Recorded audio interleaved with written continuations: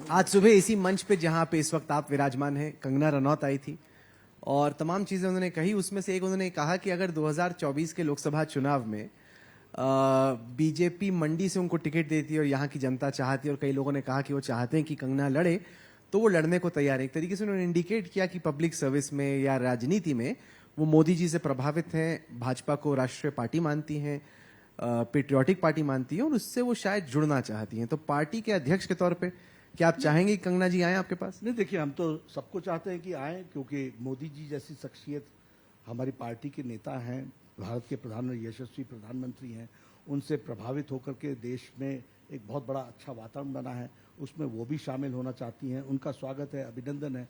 जहाँ तक लड़ने का सवाल है, ये अकेला मेरा फैसला नहीं होता है। इसमें आपको पता है कि right from the grass root level एक कंसल्टेशन का प्रोसेस चलता है। उस कंसल्टेशन के प्रोसेस के बाद फिर इलेक्शन कमेटी, फिर पार्लियामेंट्री बोर्ड तक जाता है विषय। तो आप उन्होंने कहा है, उस समय जैसी बात आएगी उसके अनुसार हम लोग तय करेंगे। उनकी विचारधारा जो कि इमरजेंसी विरोधी या कांग्रेस विरोधी है, उसको देख के आपको लगता है कि बीजेपी की पॉलिटिक्स में उनकी जगह हो सकती है? हम बीजेपी की पॉलिटिक्स, बीजेपी की पार्टी के लिए में काम करने वालों के लिए सबके लिए जगह है, उनके लिए भी जगह है, बहुत एम्पल जगह है। लेकिन किस जिम्मेवारी पे काम करना है ये पार्टी डिसाइड करेगी। वैसे वो वेलकम है? वैसे कंगना जी वेलकम है? हाँ, वैसे वेलकम है, और हम सबको लेते भी इसी तरीके से। किसी को भी हम कंडीशनल नहीं लेते। We always say that you have to come unconditional and only then the party is going to decide. This is the first precondition of anybody coming to the party. एक चुनाव हिमाचल में हो रहा है, दूसरा गुजरात में हो रहा है, और गुजरात के चुनाव के बारे में एक चीज जो मुझे समझ में नहीं आ रही वो ये कि एक तरफ बीजेपी कहती है कि आम आदमी पार्टी एकदम फालतू पार्टी है, बकवास पार्टी है, फर्जीवाल पार्टी, इसका कोई मतलब नहीं, और दिन में 10-10 प्रेस कॉन्फ्रेंस बीजेपी के राष्ट्रीय प्रवक्ता आपके खिलाफ कर रहे हैं।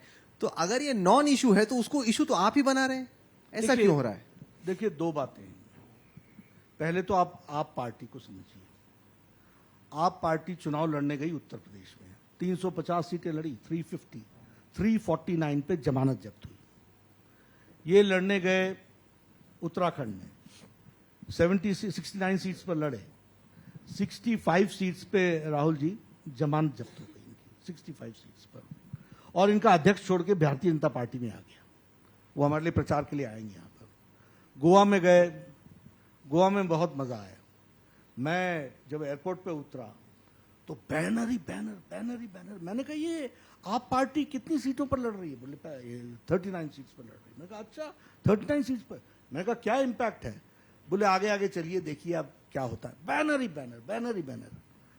39 में से 35 सीट्स पर राहुल जी जमानत जब्त हुई। ये बैनर पार्टी है, हम कैडर बेस्ड पार्टी है। ये बैनर बेस्ड पार्टी है, हम कैडर बेस्ड पार्टी है।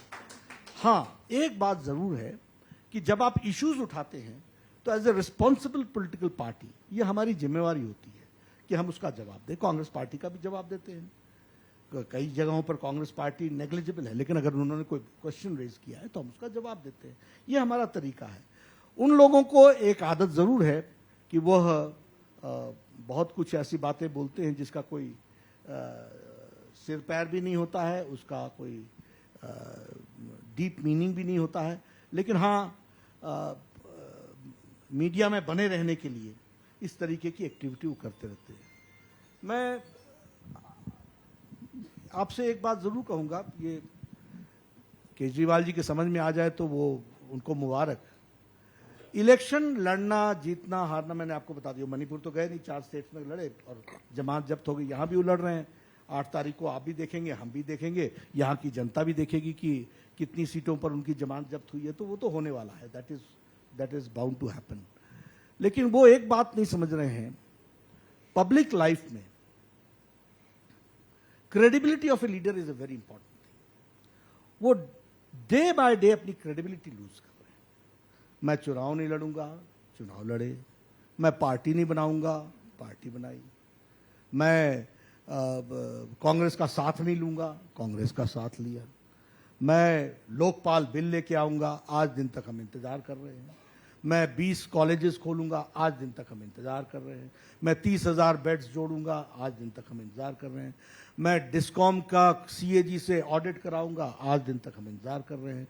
मैं वाटर के माफिया, पानी माफिया को मैं खत्म करूंगा। 1000 और ट्रक्स, टैंकर्स उन्होंने लगा लिए। मैं क्रिमिनल्स को टिकट नहीं दूंगा, 3 तो जेल के अंदर हैं, बाकी कुछ बेल पर है। तो ये तो उनकी स्थिति है। वो किस तरीके से आपकी क्रेडिबिलिटी और उनकी खुद की क्रेडिबिलिटी इरोड होती है, वो उनके समझ में पर नहीं। क्या ये बात सही है कि इस चुनाव में ना सही, लेकिन बीजेपी को लग रहा है कि अगला जो विधानसभा का चुनाव होगा 27 का, उसमें आप और बीजेपी की लड़ाई हो सकती है, क्योंकि कांग्रेस का वजूद खत्म हो रहा है या कम हो रहा है, इसीलिए आप आपसे ज्यादा परेशान है कि इस बार ही खत्म कर दो ताकि अगली बार खतरा ना नहीं बने। नहीं नहीं नहीं, ऐसा नहीं है। इस बार या अगली बार जब भी आएगी हम खत्म ही करेंगे, वो हमने खत्म ही करना है, उसमें कोई दिक्कत की बात नहीं है। लेकिन जो मैदान में आता है उससे लड़ना हमारा काम है, और प्रजातांत्रिक तरीके से लड़ना हमारा काम है। लोगों को सच्चाई बताना हमारा काम है। मैंने इतनी बातें उनकी गिना दी, एक भी गलत है क्या, एक भी झूठ है क्या? तो इसको मैं जनता के बीच में तो ले जाऊंगा। अगर एडवर्टीजमेंट से और बैनर से आप लोगों को गुमराह करेंगे प्रजातंत्र में, तो इसकी पोटेंशियल को भी मैं समझता हूं, और इसको